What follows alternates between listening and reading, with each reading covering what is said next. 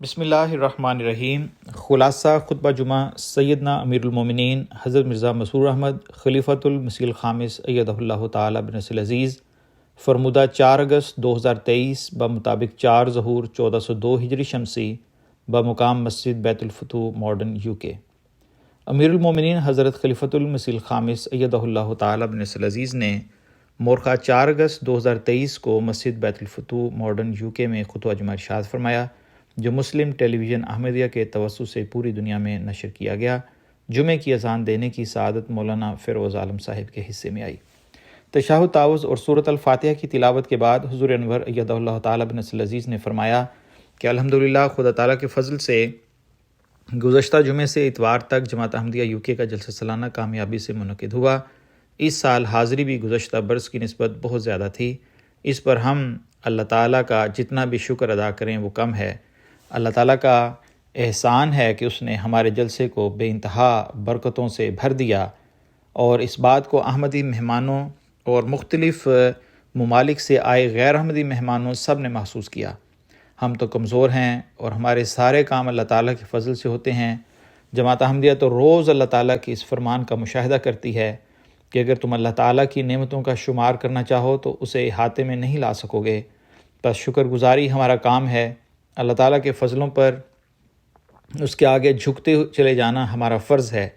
جب تک ہم اپنا یہ فرض ادا کرتے رہیں گے، ہمارے قدم انشاءاللہ آگے بڑھتے رہیں گے۔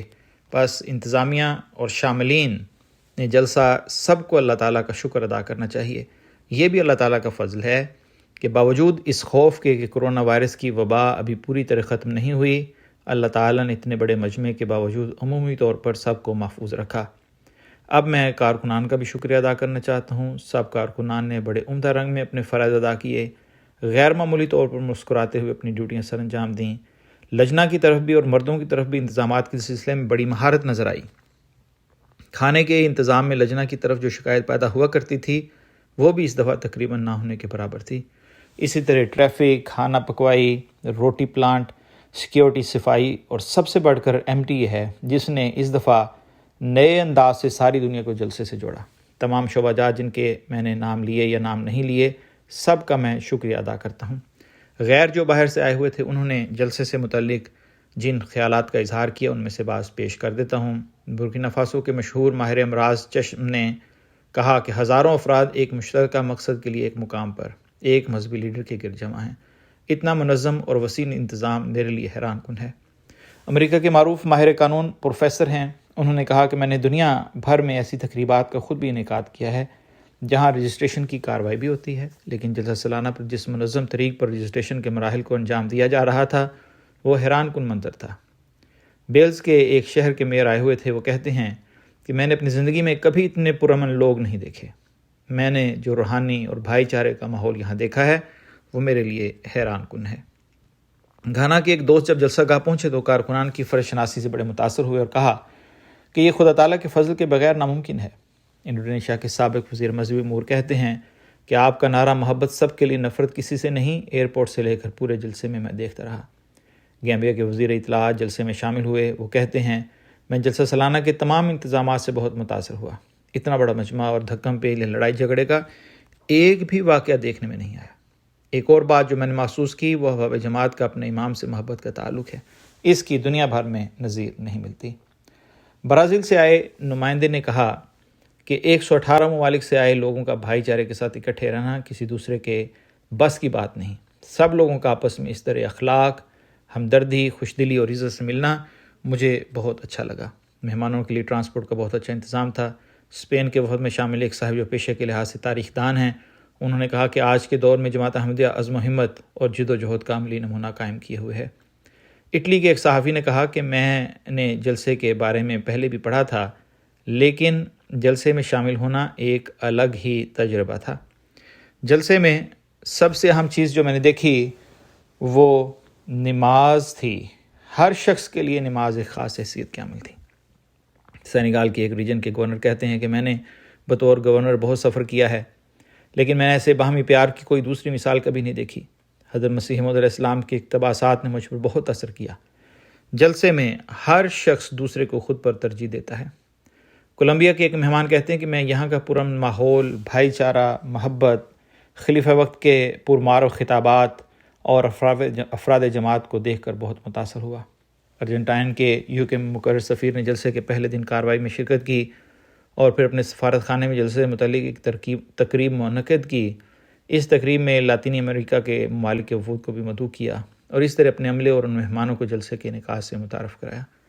چلی سے 3 افراد آئے تھے، یہ ایک عیسائی تنظیم کے نمائندے تھے۔ ان میں سے ایک صاحب نے کہا کہ آپ کی جماعت ایک جسم کی طرح ہے، خلیفہ وقت اس جسم کا سر اور دماغ ہے، اور باقی جماعت ایک جسم کے اعضاء کے مترادف ہیں جو دماغ کے سگنل اور اشارے کے تحت حرکت کر رہے ہیں۔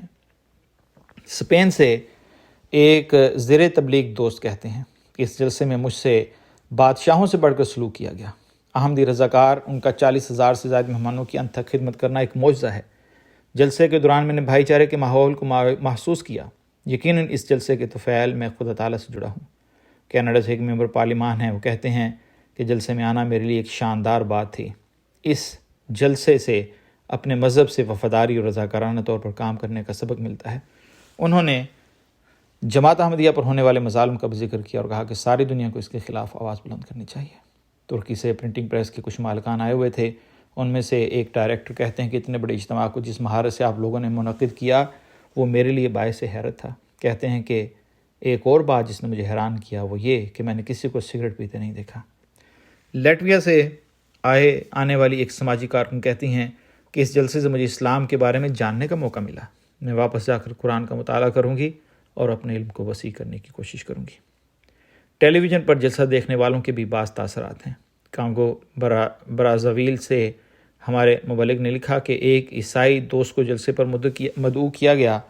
اختتامی خطاب سننے کے بعد وہ کہنے لگے کہ اگر دنیا کی ہر حکومت اس تعلیم پر عمل کرنے لگے تو دنیا سے غربت اگر بالکل ختم نہ بھی ہو تو کم از کم دنیا میں کوئی شخص بھی رات کو بھوکا نہ سوئے گا۔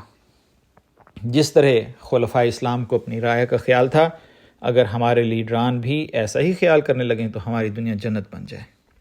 آئس لینڈ سے ایک عالمی امن کے مشنری ہیں، وہ کہتے ہیں تمام افراد جماعت جن سے میری ملاقات ہوئی وہ سب نرم دل، شائستہ، خدمت کے لیے ہر دم تیار اور بڑے مہمان نواز ہیں۔ رہائش کا انتظام بہت عمدہ تھا۔ ہیٹی کے جوڈیشری پولیس کے نمائندے ہیں، انہوں نے کہا کہ احمدیہ مسلم جماعت کے جلسے میں شامل ہو کر ایک عیسائی ہونے کے باوجود مجھے مذہب کے بارے میں بہت کچھ جاننے کا موقع ملا۔ میں نے جلسے میں شرکت کے بعد بہت سوچا کہ احمدیوں کا یہ رویہ کہیں منافقت تو نہیں، لیکن میرے دل نے کہا کہ احمدیوں کے درمیان والہانہ ہم آہنگی اور محبت اس شک کو دور کر دیتی ہے۔ آسٹریلیا سے ایک نوموبائی کہتے ہیں کہ محبت اور بھائی چارہ میں کبھی نہیں بھلا نہیں سکتا۔ عالمی بیعت میں شرکت ایک عجیب تجربہ تھا۔ جلسے کا انتظام دیکھ کر گنی بساؤ اور تنزانیہ میں بیعتیں بھی ہوئیں۔ حضور انور نے فرمایا کہ اس طرح کے بہت سے واقعات ہیں جو موصول ہوئے اور آگے بھی موصول ہوتے رہیں گے۔ اللہ تعالیٰ کے فضل سے بہت سے تبصرے اور اظہار خیال آئے ہیں، ان سب کو بیان کرنا ممکن نہیں۔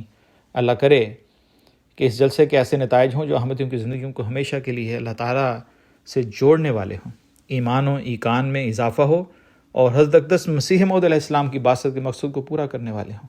اسی طرح غیروں پر بھی اس کے ایسے اثرات مرتب ہوں جو محض وقتی نہ ہوں بلکہ مسلسل ان کی آنکھیں کھولنے والے ہوں۔ میڈیا کے ذریعے بھی جلسے کی کارروائی دیکھی اور سنی گئی۔ افریقہ میں 24 ٹی وی چینلز نے میری مکمل تقاریر دکھائیں اور اس طرح 40 ملین سے زائد افراد نے ان تقاریر کو سنا۔ صحافیوں کے لیے میڈیا سینٹر تعمیر کیا گیا جہاں 23 میڈیا نمائندوں اور صحافیوں نے جلسہ سنا اور اس طرح وہ روزانہ رپورٹس تیار کرتے رہے۔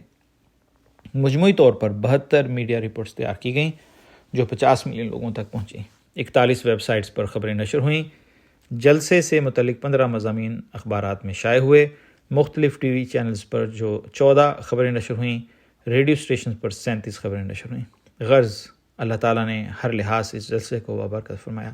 اللہ تعالیٰ ہمیشہ ہمیں عاجز اور شکر گزار بندہ بنتے ہوئے اپنی اصلاح کرنے والا بنائے، آمین۔ روزنامہ الفضل انٹرنیشنل، بروز سوموار، مورخہ 7 اگست 2023، صفحہ نمبر 1 اور 2، آواز رضوان احمد افضل۔